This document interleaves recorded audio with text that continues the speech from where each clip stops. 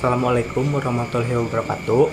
Di sini saya akan sedikit menjelaskan tentang teori kritis pijakan kajian sosiologi ekonomi di era postmodernisasi. Kritis adalah produk para pemikir Neumarkis Jerman yang mulai menyadari keterbatasan teori Marxian klasik dalam memahami perubahan realitas sosial yang makin kompleks di era masyarakat modern dan postmodern. Berbeda dengan masyarakat di era modern yang lebih banyak berkaitan dengan persoalan modal dan produksi, masyarakat yang telah memasuki era postmodern umumnya lebih banyak berkaitan dengan persoalan gaya hidup, konsumsi produk-produk industri budaya, dan persentuhan mereka dengan teknologi informasi yang masih masif. Kemudian, pendekatan supradisipliner teori kritis.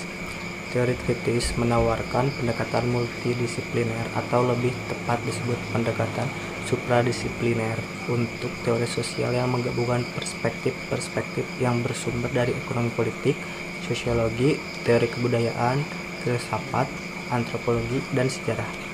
Singkatnya, teori kritik bertujuan untuk mendorong kita melakukan eksplorasi refleksi diri tentang berbagai pengalaman yang kita miliki dan cara di mana kita memandang diri kita, budaya kita, dan dunia. Menurut Jay 2005 115 sampai 121 dalam bukunya ada beberapa hal perbedaan teori kritis dengan teori-teori budaya lainnya. Yang pertama, teori kritis menolak memberhalakan pengetahuan sebagai sesuatu yang terpisah dan lebih penting daripada tindakan. Yang kedua, penelitian ilmiah kepentingan tidak mungkin dilakukan dalam suatu masyarakat di mana anggotanya belum otonom. Yang ketiga, teori kritis berkeyakinan bahwa penelitian sosial harus selalu berisi komponen historis, bukan sebagai realitas peristiwa-peristiwa yang dinilai dalam konteks kekuatan-kekuatan historis objektif, namun lebih melihat mereka dari sudut pandang kemungkinan historis, sehingga penelitian sosial selalu bersifat dialektis. Keempat, lebih dari sekedar logika sebab akibat. Teori kritis memahami fenomena sebagai universal sekaligus partikular. Kemudian yang kelima, teori kritis memiliki tujuan perubahan sosial, namun menghindari terjebak dalam paradigmatisme. Dan keenam, teori kritis berniat menyatukan dirinya dengan semua kekuatan progresif yang berkeinginan untuk menyatakan kebenaran. Dan yang ketujuh, teori kritis berkonsentrasi pada dua masalah, yaitu struktur dan perkembangan orientasinya dan kemunculan serta pertumbuhan budaya massa. Kemudian, menolak positivisme. Ancangan metodologi teori kritis. Di satu sisi, mungkin benar bahwa cara kerja dan implementasi positivisme telah banyak memperoleh pengakuan pada bidang ilmu-ilmu alam. Tetapi, ketika diterapkan dalam bidang ilmu sosial harus diakui ada sejumlah persoalan dan kemungkinan bias yang timbul. Yang pertama, akibat positivisme terlalu menekankan dimensi observasi dan verifikasi praktik politik.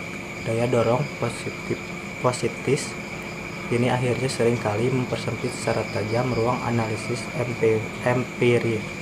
Yang kedua, daya dorong positivis juga mengakibatkan surplus energi yang dikerahkan pada inovasi metodologis dan bukan konseptual, karena yang disebut tantangan ilmiah lebih dipahami sebagai pencapaian bentuk-bentuk yang lebih murni dan ekspresi observasional.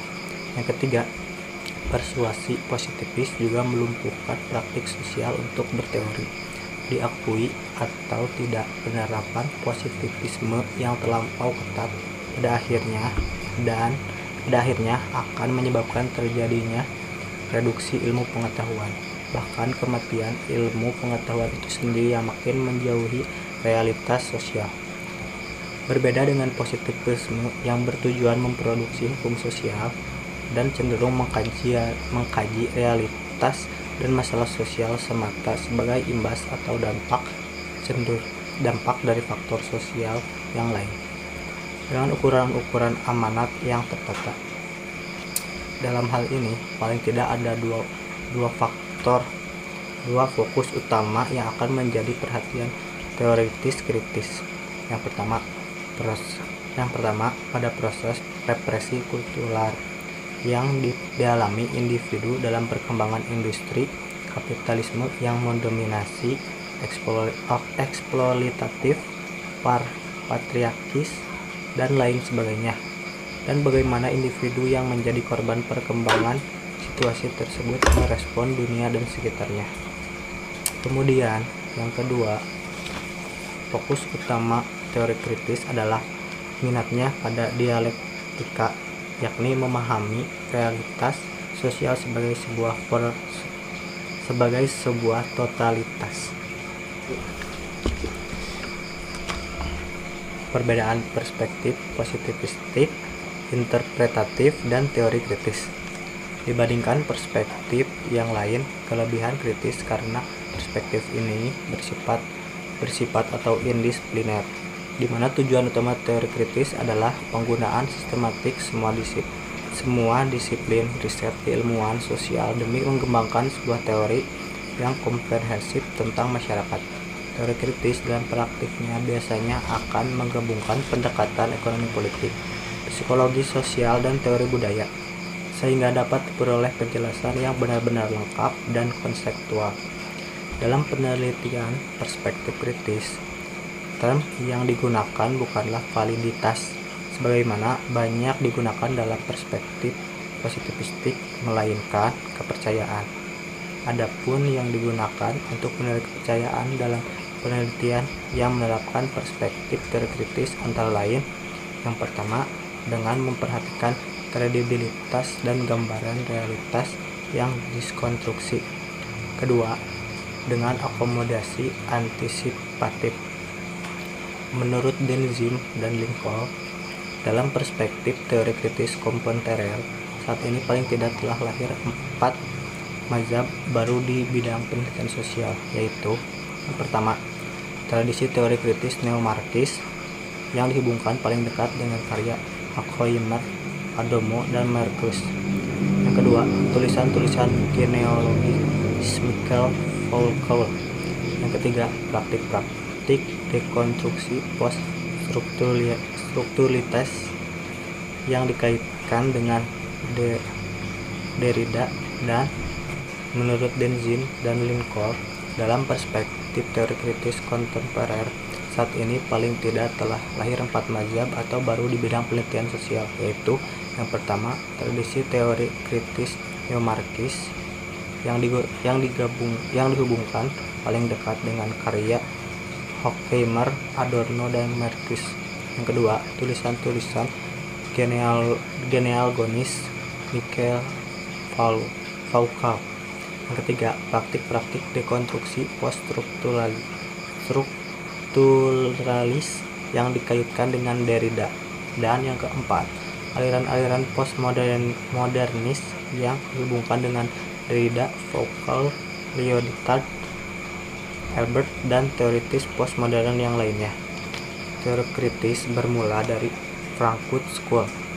Fokus perhatian Frankfurt School adalah pada sifat kapitalisme yang terus berubah, terutama bentuk-bentuk dominasi yang menyerupai perubahan tersebut di bawah kepemimpinan Direktur Pertama Frankfurt School, Karl Grünberg Institute, yang kemudian dikenal sebagai pencetus aliran atau mazhab.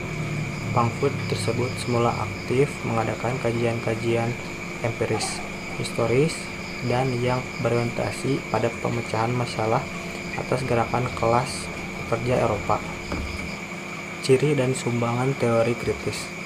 Menurut Agar 2003, dari 7-10 ada beberapa kesamaan dan ciri umum yang menjadi karakteristik dan kekhasan teori kritis, yaitu: yang pertama, teori sosial kritis umumnya berlawanan dengan positivisme. Yang kedua, teori sosial kritis membedakan masa lalu dan masa kini, yang secara umum ditandai dominasi, eksploitasi, dan penindasan.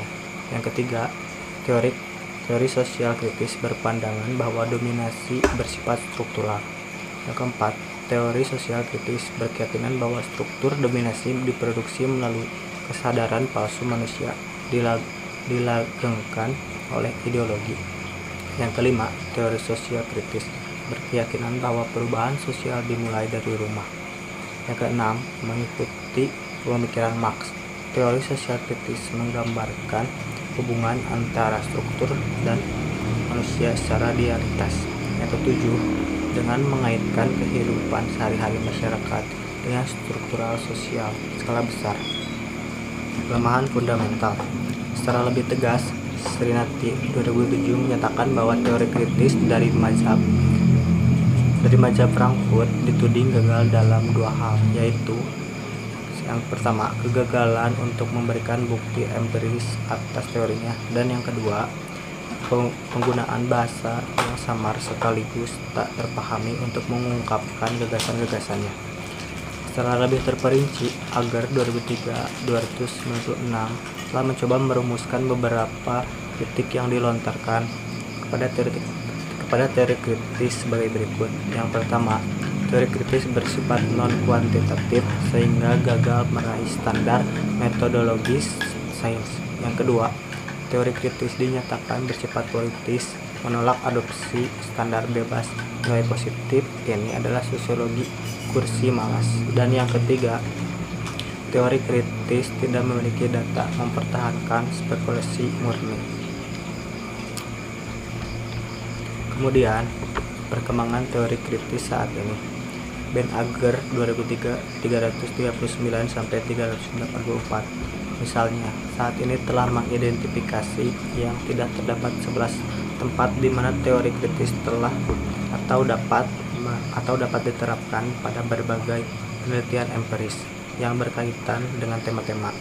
Yang pertama, negara dan kebijakan sosial. Yang kedua, kontrol sosial. Yang ketiga, budaya, pop, analisis wacana dan media massa. Yang keempat, kajian gender. Yang kelima, psikologi sosial. Keenam, sosiologi pendidikan. Ketujuh, gerakan sosial. Kedelapan, metode penelitian. Kesembilan, ras dan entitas. Kesepuluh, politik dan politik Marko, serta ke-11, pendidikan dan politik kurikulum. Sekian materi yang dapat saya sampaikan. Mohon maaf apabila masih banyak kekurangan dalam cara penyampaiannya. Wassalamualaikum warahmatullahi wabarakatuh.